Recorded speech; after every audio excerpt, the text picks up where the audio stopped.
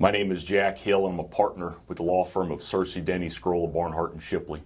And over the years, I've had the good fortune of handling a variety of different kinds of cases. A large portion of my caseload involves trucking and automobile accident cases. And I think that most folks have a general understanding of the kinds of injuries that can happen in trucking or automobile accident cases, and most folks think about injuring their neck or their back or their extremities, their legs or their feet. But one of the things that I don't think people give a great deal of thoughts to until it happens to them or someone that they love is that you can certainly suffer a traumatic brain injury as a result of an automobile accident case. There was a study done a number of years ago that determined that the second leading cause of traumatic brain injuries were caused from automobile accident cases.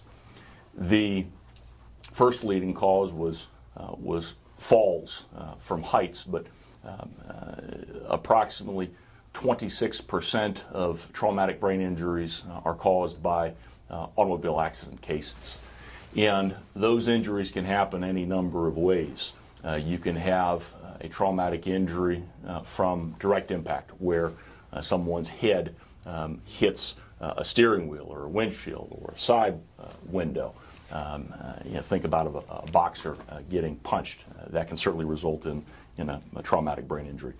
One of the mechanisms of a traumatic brain injury that's less understood, I think it's getting better understood as we go along, is a traumatic brain injury from what folks would normally refer to as whiplash, where someone is seated, they are rear-ended, their body is going to go forward, their head is going to stay stationary while the body is going forward, and then the head is going to go snap back and then forward.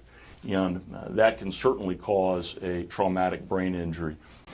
And the symptoms can vary and do vary from person to person. They can be very mild, where there doesn't even have to be a loss of consciousness. You can have altered consciousness, where someone for a period of time after the accident is groggy or is a little bit fuzzy, has an incomplete recollection of what happened. It can result in headaches.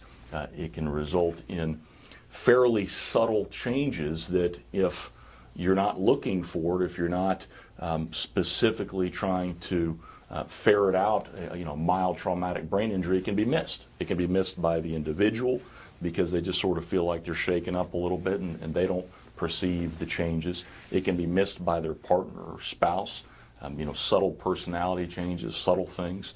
It can be missed by healthcare providers who aren't specifically looking for traumatic brain injury, because most folks, historically looked for some period of loss of consciousness. And we know now, with the research that's being done and the studies that are being done, that you don't have to have a classic loss of consciousness in order to have a mild traumatic brain injury. And so part of our practice is, we want to make sure that whatever harms and losses are caused by an automobile accident case, that our clients are compensated for. And part of that involves making sure that the client is getting the treatment that they need for the problems that they're having, and that things aren't being missed just because they're not the typical injury pattern for an automobile accident case. And so it's a big part of our job to make sure that folks are having their issues documented and followed up on, and to make sure that when it's time for a recovery, that they are getting a full recovery, as opposed to a partial recovery from symptoms and illnesses that haven't been diagnosed.